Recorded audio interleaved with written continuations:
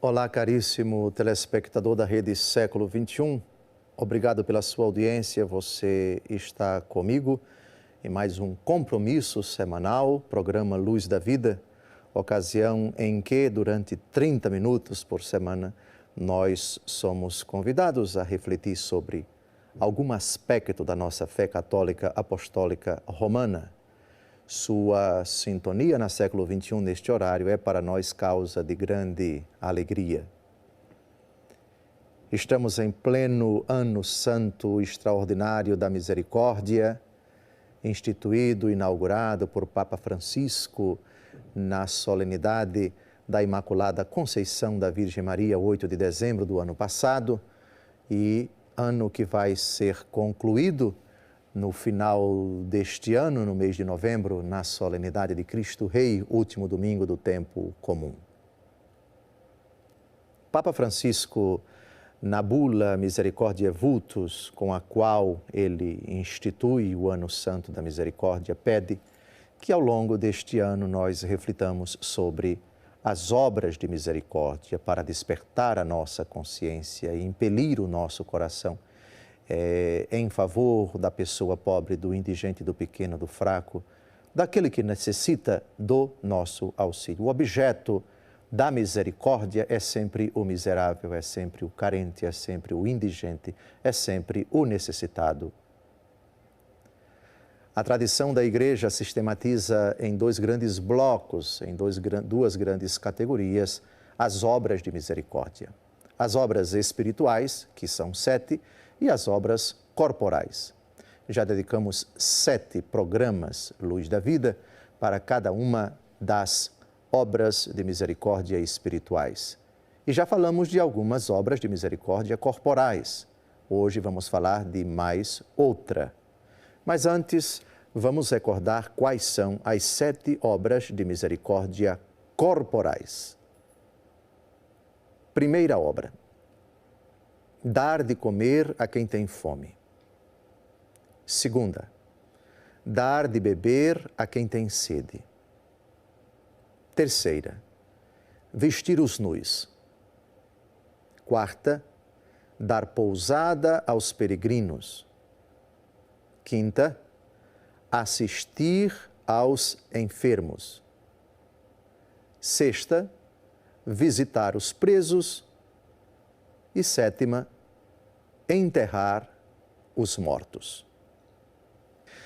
Hoje nós vamos falar da 4ª obra de misericórdia corporal: dar pousada aos peregrinos.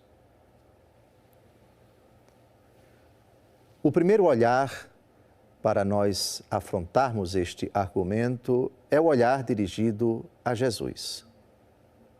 Nosso Senhor Jesus Cristo, que disse, que nos ensinou, que já anunciou, que já antecipou aquilo que vai ser dito, vai ser pronunciado no dia do juízo final.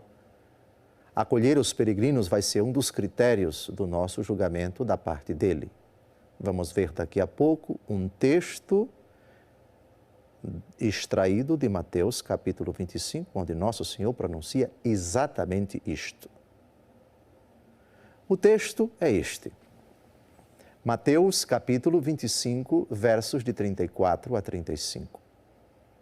Então o rei dirá aos que estão à direita: vinde benditos de meu Pai, tomai posse do reino que vos está preparado desde a criação do mundo.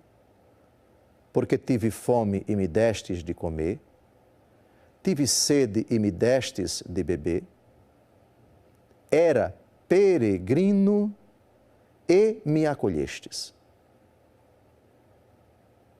O primeiro olhar para Jesus que prega, para Jesus que fala. Era peregrino e me acolhestes. A continuação desse relato indica quem é Jesus quando isso se cumpriu. Quando foi que te vimos peregrino e te acolhemos? Jesus responderá: Todas as vezes que acolhestes o peregrino, foi a mim que o acolhestes. E dirá aos que estiverem à esquerda, quando não acolhestes o peregrino, foi a mim que tu não acolhestes. Ou seja, o peregrino que Deus coloca na nossa porta é o representante de Cristo, na verdade é o próprio Cristo ali apresentado. E Jesus, alguma vez se apresentou na casa de alguém, na vida de alguém, na condição de peregrino? Existe alguma passagem da Escritura na qual Jesus se identifica, age como peregrino? Ou seja, está de passagem de um canto para o outro e parou ali e foi acolhido como peregrino? Sim, os textos evangélicos constatam, narram, asseguram que em algumas ocasiões Jesus se hospedou na casa de pessoas. Algumas vezes ele tomou a iniciativa: Zaqueu, desce depressa, porque é preciso que eu esteja na tua casa. Outras vezes ele foi convidado. Um fariseu chamado Simão convida Jesus para a sua casa. Mas havia uma casa que era, por assim dizer, uma referência de Jesus quando ele ia a Jerusalém.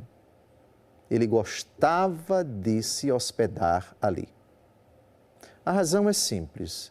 Ele tinha um vínculo de amizade muito grande com uma família de 3 pessoas: Marta, Maria e Lázaro.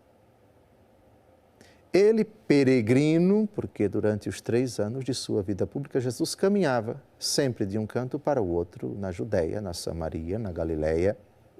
Em Jerusalém, não consta, nos evangelhos pelo menos, que ele se hospedava na casa de alguém, mas consta que sua referência, quando ele ia para lá, era um povoado bem colado com a capital, Jerusalém, povoado chamado Betânia.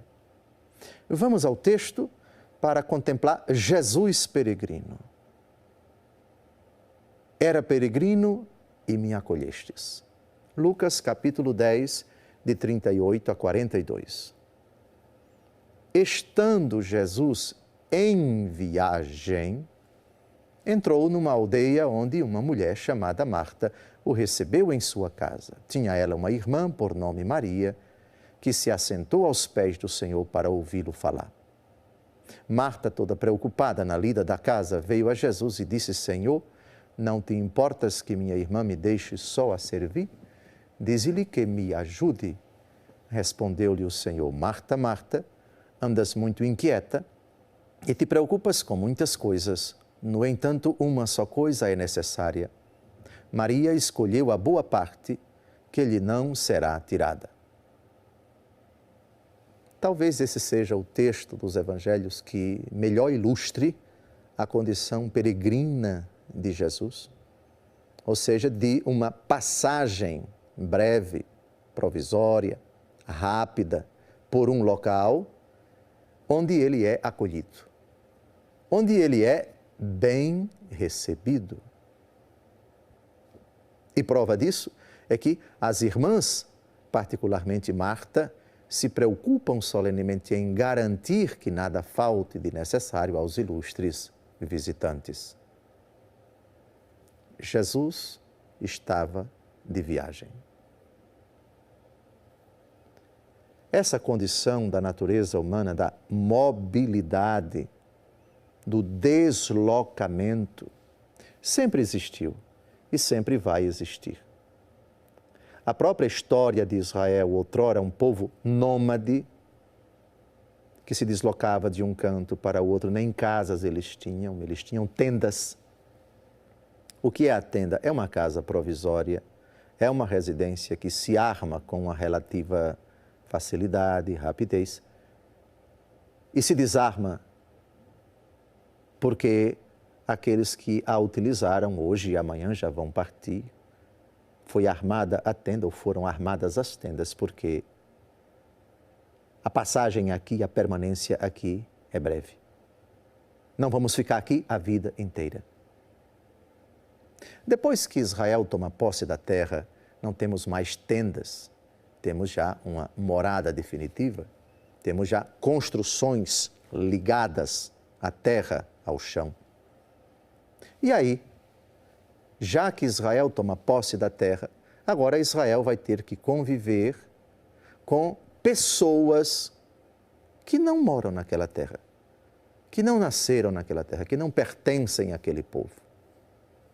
No Antigo Testamento, muitas são as passagens nas quais Deus Todo-Poderoso pede compaixão, pede ternura, pede bom acolhimento ao estrangeiro, ao peregrino. E lembra por quê? E dá um motivo para que Israel seja acolhedora, seja dócil, para que os hebreus tratem com dignidade, com respeito, com amor o estrangeiro. Porque Israel era uma nação estrangeira. Por exemplo, mais de 430 anos no cativeiro do Egito. Aquela terra não era deles. Eles eram estrangeiros lá. Essa experiência de que Israel no passado já foi uma nação estrangeira, numa terra distante, isso deve ficar sempre na memória do povo para que, diante do peregrino, o hebreu não seja agressivo, insensível, não distrate, antes trate com carinho, com ternura, com amor, ajudando-o naquilo que for necessário, porque um dia vocês foram peregrinos, porque um dia vocês foram estrangeiros numa terra distante. Sejam, portanto, caridosos, sejam, portanto, acolhedores, tratem com dignidade, não ofendam, concedam o pão, a acolhida para o estrangeiro, etc. Agora, espelhados em nosso Senhor Jesus Cristo e tendo sempre em mente aquela palavra que ele pronunciou e vai pronunciar no dia do juízo final, que se encontra no capítulo 25 do Evangelho segundo Mateus: eu tive fome e me deste de comer. Eu tive sede e me deste de beber. Eu estive nu e me vestiste. Eu era peregrino e me acolhestes. É esta obra de misericórdia corporal que estamos a refletir. Hoje, um fenômeno de dimensões universais, verdadeiramente preocupante e catastrófico, nos tem interpelado, sobretudo pelos meios de comunicação social, acompanhamos diariamente como consequência do flagelo da guerra. Em muitos países do Oriente Médio, em muitos países da África, mas particularmente no Oriente Médio, lá, bem distante daqui, por causa do pecado da cobiça, da intolerância, da intransigência de muitas pessoas, milhares e milhares, milhões e milhões de pessoas são forçadas a deixar a sua pátria e, para não morrer, e mais do que isso, para viver em paz, são desterradas. Fogem de sua terra, de sua cultura, de suas tradições, de suas raízes e partem para longe. Nesse trajeto, muitas não conseguem chegar. Morrem de fome, de sede, de frio, porque são rejeitadas. Morrem afogadas quando tentam chegar a algum lugar em embarcações extremamente precárias. Esse fenômeno que enche de dor todos os corações sensíveis. Muitas delas não conseguem entrar em determinados países. Outras ficam alojadas em condições subhumanas, à mercê das autoridades constituídas daquele país ou das autoridades internacionais ou de órgãos internacionais. E a solução nem sempre é adequada, é imediata. Pelo contrário, em certas ocasiões há um completo descaso, falta de interesse, rejeição, endurecimento do coração, falta de solidariedade.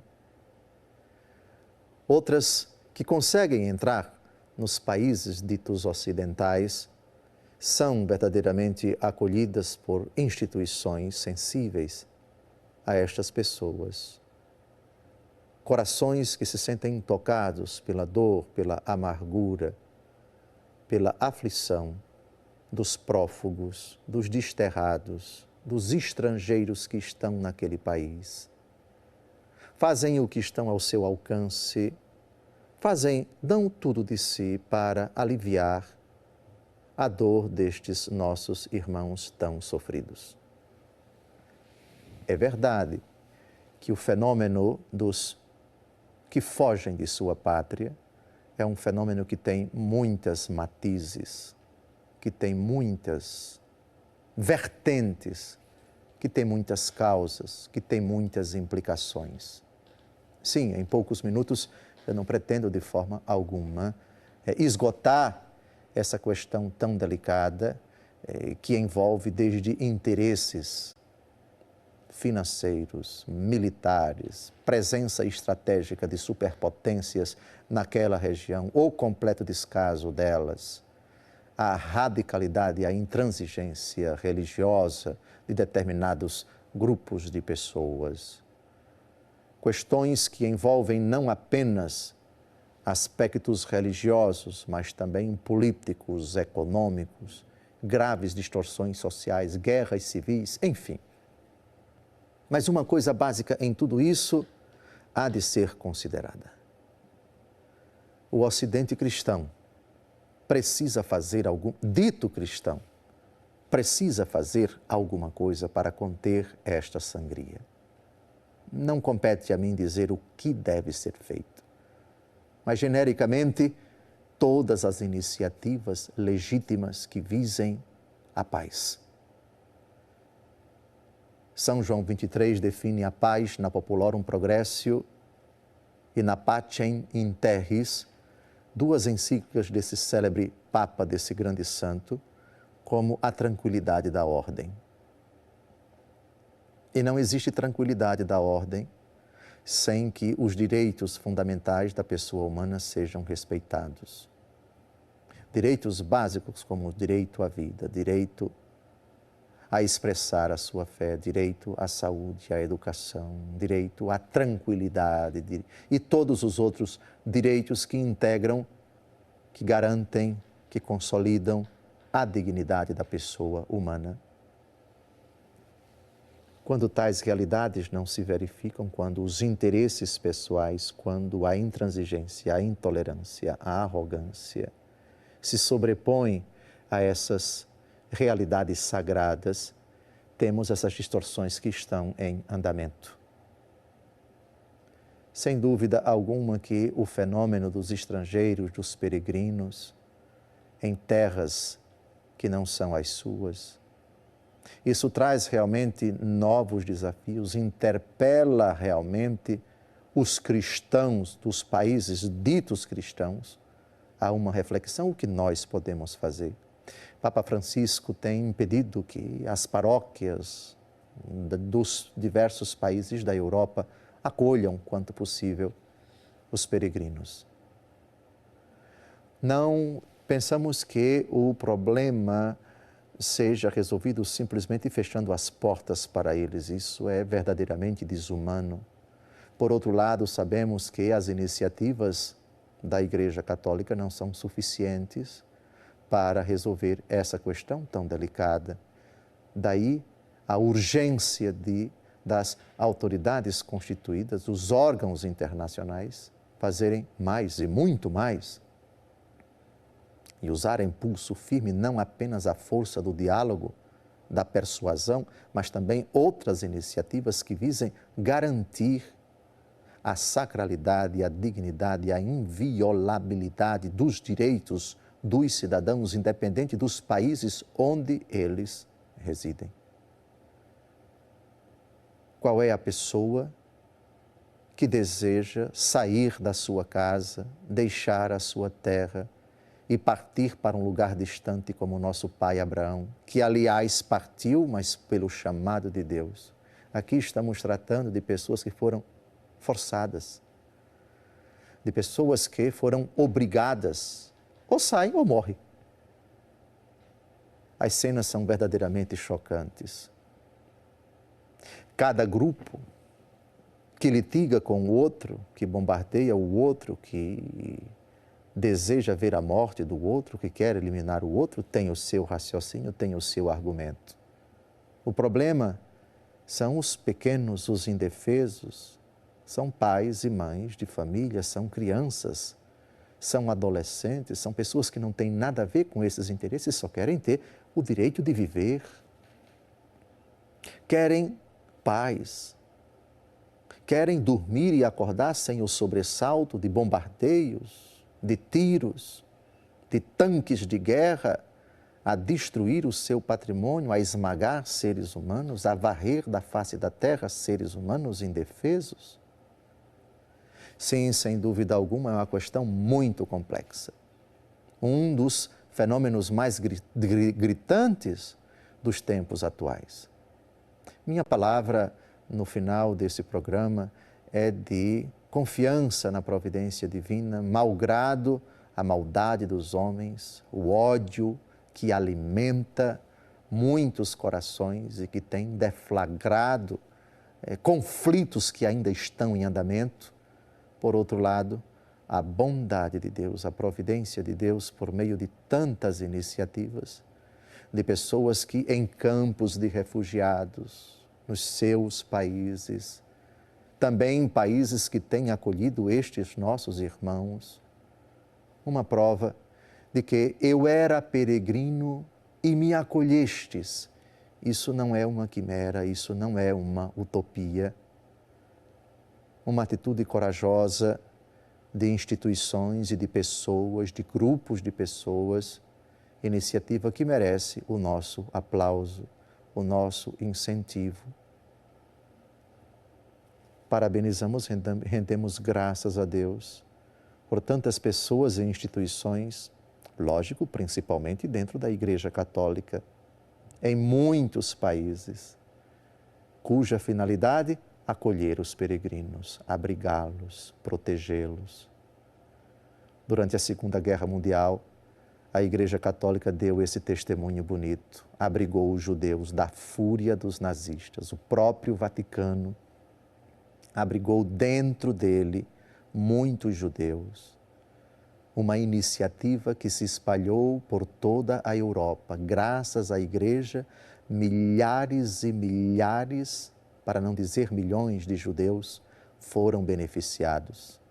Sim, essa parte da história precisa ser registrada. Muitos criticam a Igreja Católica que teria sido omissa durante a Segunda Guerra Mundial e não teria feito o suficiente para salvar judeus. Ela salvou muitas vidas. E se não salvou mais, foi porque isso não era permitido e qualquer exposição poderia colocar a Igreja Católica e os próprios católicos em muitos países em risco de morte. Defendo radicalmente a Santa Igreja nesse período tão doloroso da sua história e da história da humanidade. Foi uma das instituições que mais salvaram os judeus e outras vítimas da guerra. A Igreja sempre, sobretudo de 1939 a 1945, foi uma das mais belas, mais sólidas e mais dignas instituições da história da humanidade que cumpriram essa ordem de Jesus. Eu era peregrino e me acolhestes. Parabéns à Santa Igreja, porque enquanto instituição nas suas paróquias e dioceses do mundo inteiro, sempre, malgrado suas limitações, cumpriu essa ordem de Jesus.